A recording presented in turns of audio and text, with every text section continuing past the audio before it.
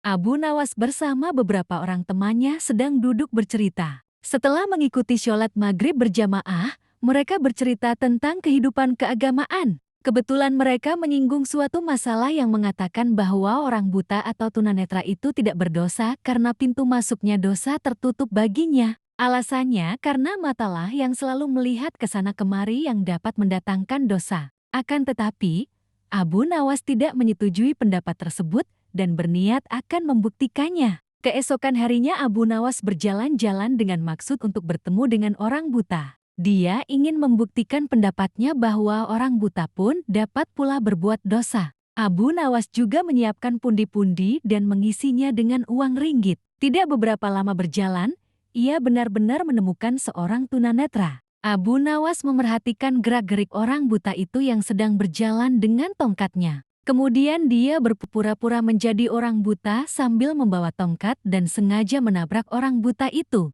Aduh!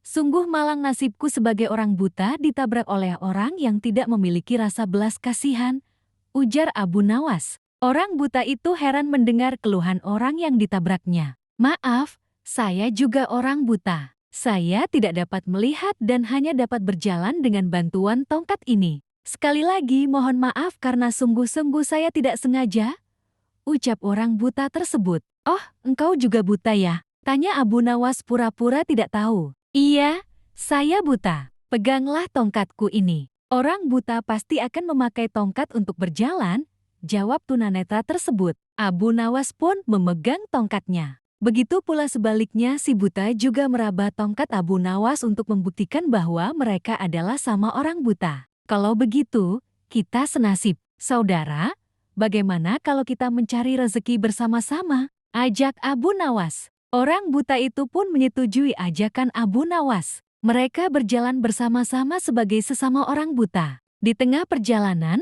Abu Nawas berpura-pura mau pipis dan meminta tolong si buta agar pundi-pundinya yang penuh berisi uang dipegangkan dahulu dengan baik-baik. Sementara Abu Nawas pura-pura pipis, ia terus memerhatikan tingkah laku si buta. Kemudian si buta meraba-raba pundi-pundi itu dan hatinya mulai tergoda untuk memiliki isinya. Wah, pundi-pundi banyak sekali isinya. Lebih baik aku mengambilnya lalu pergi.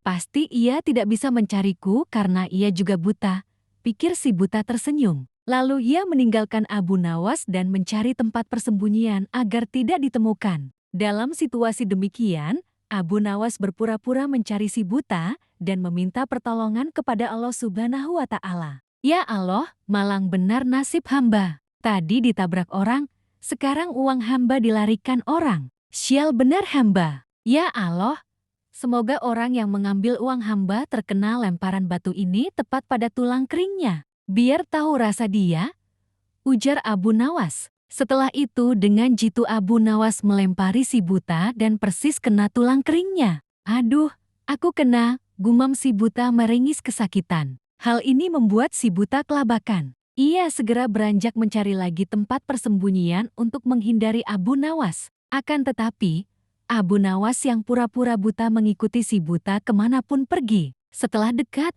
Abu Nawas memohon lagi kepada Allah Subhanahu wa Ta'ala. Ya Allah, semoga orang yang mengambil pundi-pundiku terkena lagi lemparan batu pada kepalanya, ujar Abu Nawas. Tidak lama kemudian terdengar lagi suara kesakitan dari si buta. Aduh, kena lagi. Kepalaku jadi benjol, ucap si buta memegangi kepalanya yang benjol. Si buta pun panik dan heran. Kok doanya terkabul lagi? Ah, itu hanya kebetulan. Kemudian dia menghindar lagi dan terus menghindar, tetapi Abu Nawas tetap mengikutinya terus secara berturut-turut. Abu Nawas berdoa lagi sambil melakukan lemparan beruntun kepada si buta dan selalu tepat, yaitu tepat mengenai perut, dada, dan terakhir muka. Mengapa semua sasaran yang akan dilempar selalu tepat mengenaiku? Pikirnya lagi sampai berkerut keningnya. Si buta makin heran. Dia curiga. Tidak lama kemudian barulah si buta menyadari bahwa temannya itu Abu Nawas mempermainkannya. Kalau begitu saudara tidak buta, saudara hanya mempermainkanku. Ambillah kembali pundi-pundimu ini,